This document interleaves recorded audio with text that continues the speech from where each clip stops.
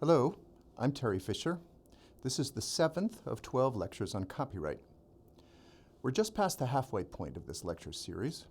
By now, you should be familiar with the rules governing what types of creative works are subject to copyright protection, who owns the copyrights in those things, and how one secures and transfers a copyright.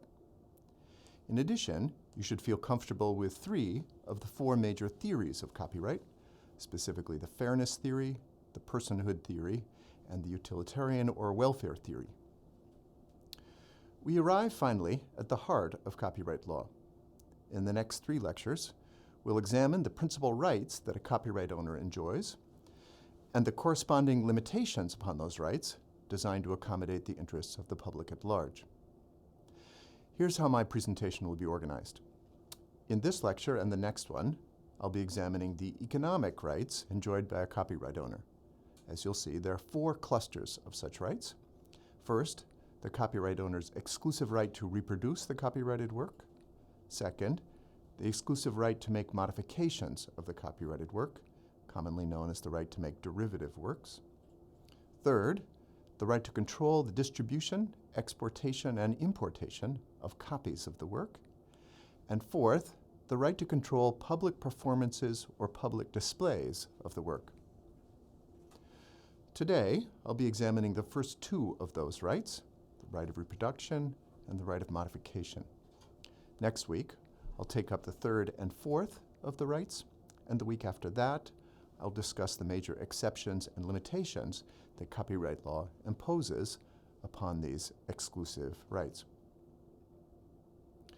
During this tour, I will focus, as I did during the first half of the course, primarily on the law in the United States, but I will also identify some respects in which the law in other countries parallels or differs from U.S. law. As usual, I'll be supplementing my presentation with various audiovisual materials, one of which is in front of you, a map of copyright law, the current version of which is available on my homepage, tfisher.org. So, let's begin. Section 106 of the U.S. Copyright Statute confers on copyright owners a broad and seemingly unqualified set of rights. Here they are. Section 107 through 122 then carve out of those rights a long list of exceptions. Some of those exceptions are very specific and narrow, others are broader. The broadest of all is the fair use doctrine, embodied in Section 107, which we'll discuss in 2 weeks. As you can see, the introductory clause of Section 106 makes the rights it creates, quote, subject to, end quote, in other words, qualified by Sections 107 through 122. The result of this structure is that, to get an accurate sense of the scope of a copyright owner's exclusive rights, you must oscillate between the generous grants contained in Section 106 and the myriad exceptions contained in the following provisions. And that's what we'll be doing.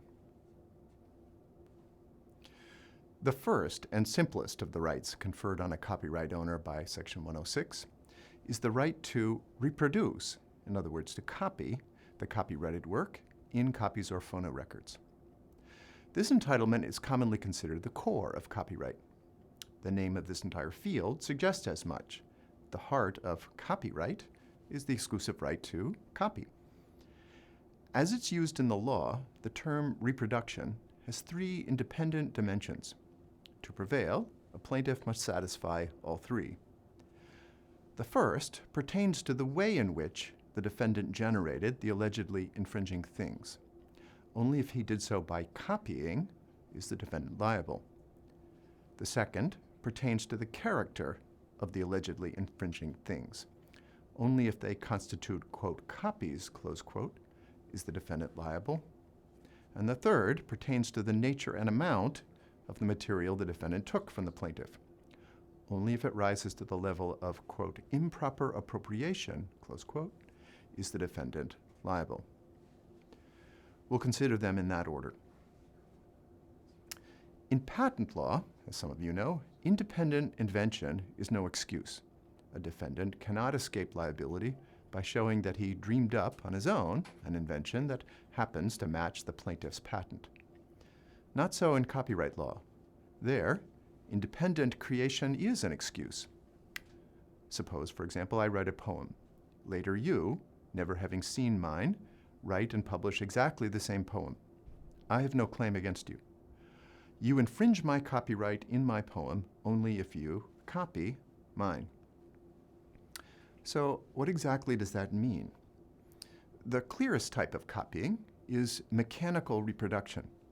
If you make a photocopy of the piece of paper upon which my poem is written, you have copied it. If you rip a CD containing a sound recording, which in turn embodies a musical composition, you have copied, specifically in a phono record, both the composition and the sound recording.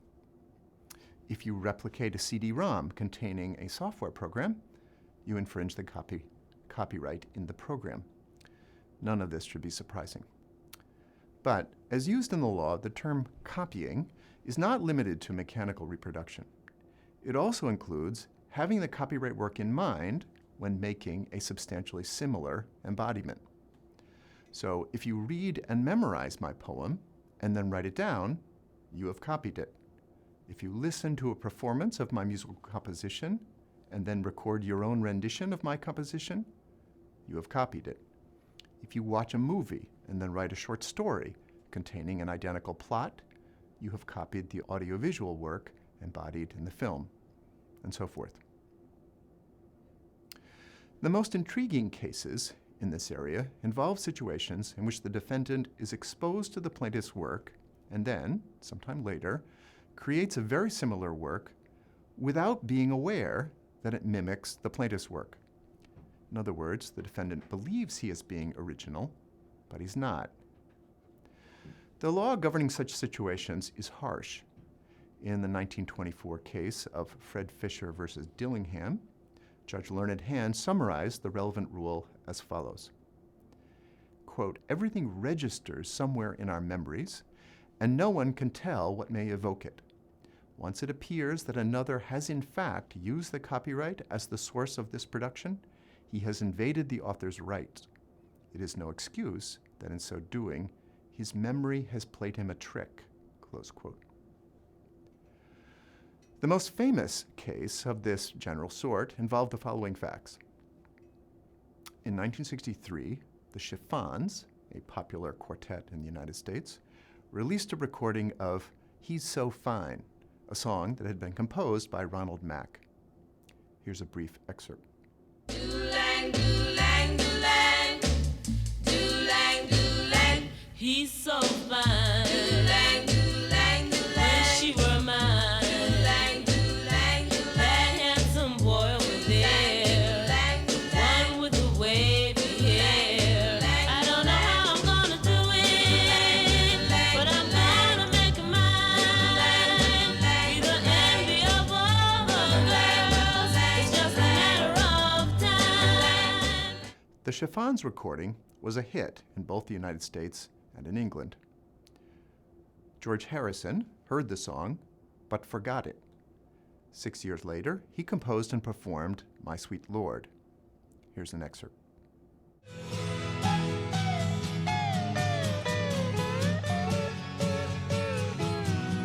My sweet Lord, my Lord, my Lord. I really want to see you, really want to be with you, really want to see you, Lord, but it takes so long, my Lord.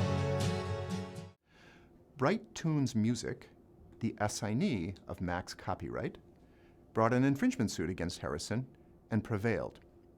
Both the trial court and the Court of Appeals credited Harrison's testimony that he was unaware of the Chiffons recording when he made his own song.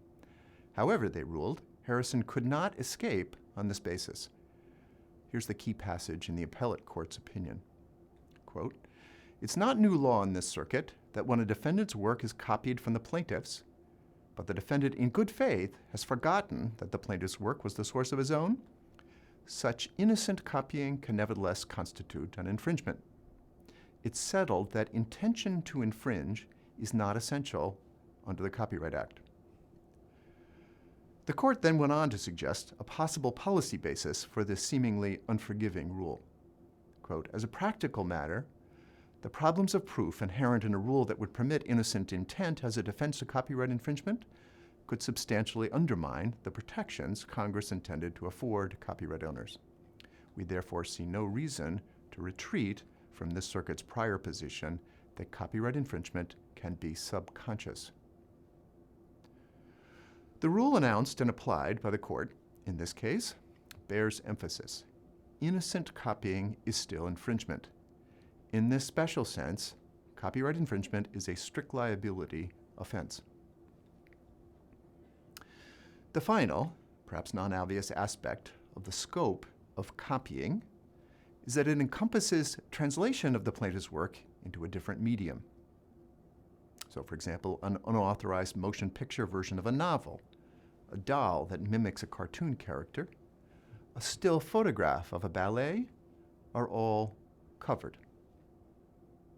So, to summarize, a plaintiff, to establish that a defendant has violated the plaintiff's exclusive right of reproduction, first must show that the defendant, quote, copied the plaintiff's work, which means either that the defendant mechanically reproduced it or had the plaintiff's work in mind, even subconsciously, when making his own product. How then does a plaintiff prove copying in this sense? There are 4 techniques listed in the map in front of you. First, the plaintiff can introduce direct evidence of copying. Surprisingly often, evidence survives of a defendant's conscious, intentional use of the plaintiff's work during the course of his own creative processes, and that evidence turns up in discovery.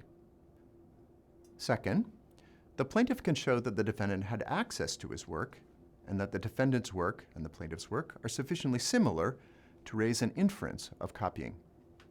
For example, the plaintiff may be able to show that the defendant had the plaintiff's book on his bookshelf or received the plaintiff's screenplay in the mail. More commonly, the plaintiff may be able to show that his work, say a song or a movie, was widely performed in areas and at times that would make it highly likely that the defendant heard or watched it. So, for example, few people, at least in the Western Hemisphere, can plausibly contend that they've never heard a Beatles song or watched a James Bond movie. When the plaintiff can demonstrate access of this sort, all he then needs to demonstrate is sufficient similarity between the defendant's and the plaintiff's work to make plagiarism more likely than independent creation. The character and amount of similarity that's necessary for this purpose is sometimes called probative similarity. It's different from the kind of similarity that we will discuss in a minute under the heading of improper appropriation because its function is different. Its role, to repeat, is to support an inference that the way the defendant created his work was wrong, not that the amount he took was too much. The courts, unfortunately, sometimes conflate these 2 types of similarity, but you should not. What if the plaintiff has no evidence that the defendant had access to his work, but can show that the defendant's work is extremely similar to his? Is that enough to show copying? U.S. courts used to disagree on this point. Some courts of appeals said yes, others said no. All of the courts of appeals now seem to agree that sufficiently, quote, striking, close quote, similarity between unusual aspects of the 2 works can suffice. However, the inference of copying that arises in such circumstances can be overcome if the defendant demonstrates that he did not have access to the plaintiff's work, or that both the plaintiff's work and the defendant's work could have been copied from something in the public domain. Finally, an especially powerful way of showing copying is to demonstrate that the same errors can be found in both the plaintiff's and the defendant's works. Sometimes such errors are deliberate. The writers of travel guides, for example, often insert fictitious entries in their lists of hotels and restaurants precisely in order to enable them to detect copying of their material by the publishers of other guides to the same cities or countries. This is a very effective way of ferreting out copying, although it can be inconvenient for the readers who visit the non-existent sites. At other times, the errors are inadvertent. Paul Goldstein, for example, points to one case in which a legal publisher, as part of an infringement suit against another publisher, admitted that in 50 pages of the plaintiff's treatise, there were 138 inaccurate citations, and the same miscitations appeared in the defendant's text. Embarrassing, but convincing evidence of copying. Assuming that the plaintiff can surmount this first hurdle, the second of the three things the plaintiff must show is that the thing the defendant made through copying is sufficiently concrete and stable to be called a copy. In the overwhelming majority of cases, this is easy, but occasionally a plaintiff falters here. The statutory definition the plaintiff must satisfy is shown on your screen. From this language, the courts have extracted the requirements that the thing produced by the defendant be tangible, in other words, a material object, fixed, and intelligible. The most slippery of these requirements is fixation. You'll recall, I hope, that fixation is a precondition of copyright protection under U.S. law, although not under the law of most countries. Here we encounter a second, closely related manifestation of the laws concerned with fixation. Not only must the plaintiff's work be fixed in order to enjoy copyright protection, the defendant's work must also be fixed in order to violate the plaintiff's copyright, at least under Section 106(1). Recently, the Second Circuit Court of Appeals decided a complicated and important case in which this fixation requirement proved critical. Because the case implicated several other legal rules as well, I'm going to describe the facts in some detail. Then I'll discuss one of the issues raised by those facts today and come back to other dimensions of the case next week. Cablevision is a small cable TV system based in New York City.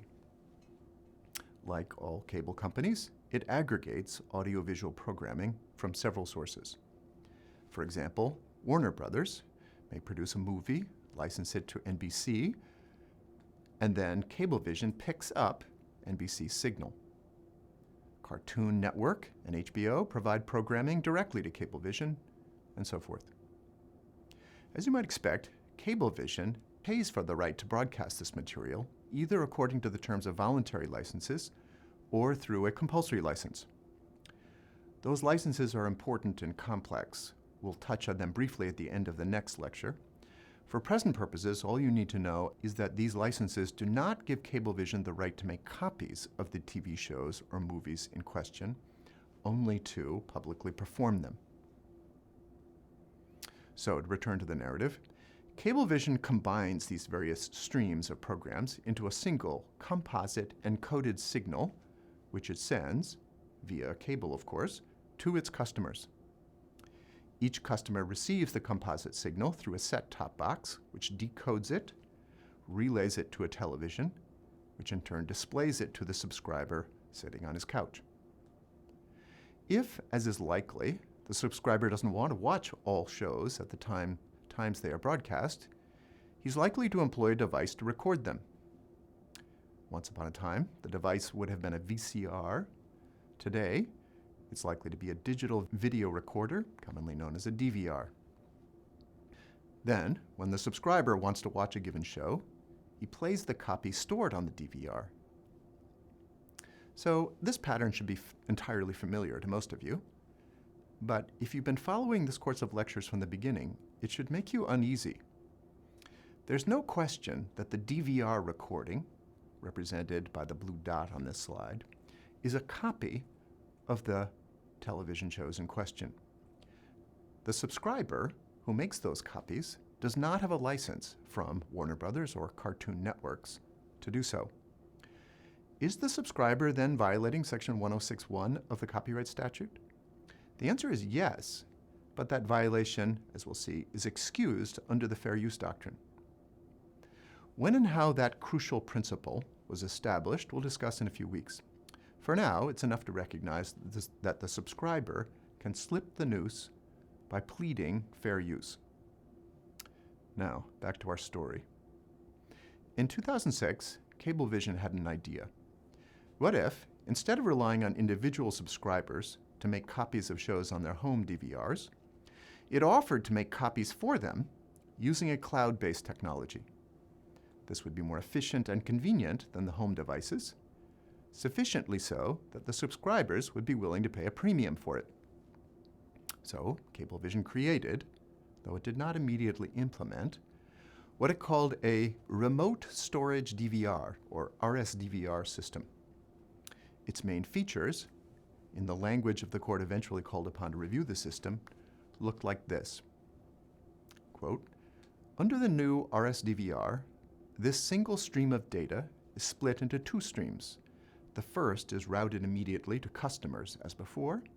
The second stream flows into a device called the Broadband Media Router, BMR, which buffers the data stream, reformats it, and sends it to the Arroyo server, which consists in relevant part of 2 data buffers and a number of high-capacity hard disks. The entire stream of data moves to the first buffer, the primary ingest buffer, at which point the server automatically inquires as to whether any customers might want to record any of that programming. If a customer has requested a particular program, the data for that program move from the primary buffer into a secondary buffer and then into a portion of one of the hard disks allocated to that customer. As new data flow into the primary buffer, they overwrite a corresponding quantity of data already on the buffer. The primary ingest buffer holds no more than 0.1 seconds of each channel's programming at any moment. Thus, every tenth of a second, the data residing on this buffer are automatically erased and replaced. The data buffer in the BMR holds no more than 1.2 seconds of programming at any time. While buffering occurs at other points in the operation of the RSDVR, only the BMR buffer and the primary ingest buffers are utilized absent any request from the individual subscriber. To the customer, however, the processes of recording and playback on the RSDVR are similar to that of a standard set-top DVR. Using a remote control, the customer can record programming by selecting a program in advance or by pressing the record button while playing a given program. To begin playback, the customer selects the show from an on-screen menu of previously recorded programs. The principal difference in operation is that instead of sending signals from the remote to an on-set box, the viewer sends signals from the remote through the cable to the Arroyo server at Cablevision's central facility, which then delivers the program to the subscriber's home. In this respect, RSDVR more closely resembles a video-on-demand service, whereby a cable subscriber uses his remote and cable box to request transmission of content, such as a movie, stored on computers at the cable company's facility. But unlike a video-on-demand service, RSDVR users can only play content that they previously requested to be recorded. So those are the facts. You can guess what happened next. Cartoon Network and the owners of the copyrights and the other shows that would be delivered to subscribers through this system initiated a lawsuit against Cablevision, not because they thought this was a bad idea, but because they wanted Cablevision to pay them additional license fees to deploy this new feature, which Cablevision was unwilling to do. The plaintiffs contended that the RSDVR system would violate their copyrights in not just one, but 3 separate ways. First, they argued that buffering an audiovisual work, specifically for 1.2 seconds in the BMR and for 1/10 of a second in the primary ingest buffer of the Arroyo server, creates a series of replicated pieces of the work, which, although each one is stored only briefly, gives rise in the aggregate to a copy of that work, and thus violates Section 106(1) of the Copyright Act. Second, they argued that making the much more durable copies of their shows on the Arroyo server hard drives gives rise to a second violation of Section 106(1). Third, they argued that the delivery of the programming from the Arroyo server to the subscriber at the subscriber's request would constitute an unauthorized, quote, public performance, close quote, in violation of Section 106.4. We'll discuss the second and third of those claims in future lectures. For present purposes, we're concerned only with the first one. The district court agreed with the plaintiffs that the buffer triggered a violation of Section 106.1, but the Court of Appeals reversed. Here's the crucial language in the appellate court's opinion. Copies, as defined in the Copyright Act, are material objects in which a work is fixed by any method and from which the work can be reproduced. The Act also provides that a work is fixed in a tangible medium of expression when its embodiment is sufficiently permanent or stable to permit it to be reproduced for a period of more than transitory duration. We believe that this language plainly imposes two distinct but related requirements. The work must be embodied in a medium, i.e. placed in a medium such that it can be perceived, reproduced, etc., from that medium, and it must remain thus embodied, quote, for a period of more than transitory duration.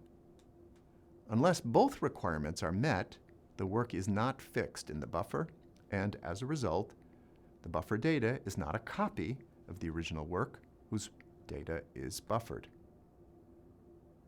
Because the data being channeled toward the arroyo server reside in no buffer for more than 1.2 seconds before being automatically overwritten, the court concluded that the duration requirement had not been satisfied, and thus that the defendant's technology did not result in the creation of any copies. For reasons we'll explore later, the Court of Appeals also rejected the second and third of the plaintiff's claims. As we'll see, the bases of those rulings were also highly technical and thus arguably a bit counterintuitive. The net result was that Cablevision was permitted to deploy its new service. This decision, which the Supreme Court declined to review, has facilitated the emergence of many analogous cloud-based services, which in turn have had huge economic implications. As Josh Lerner discovered, quote, VC investment in cloud computing firms increased significantly in the United States relative to the EU after the Cablevision decision. The decision, it appears, led to additional incremental investment in U.S. cloud computing firms that ranged from $728 million to approximately $1.3 billion over the 2.5 years after the decision.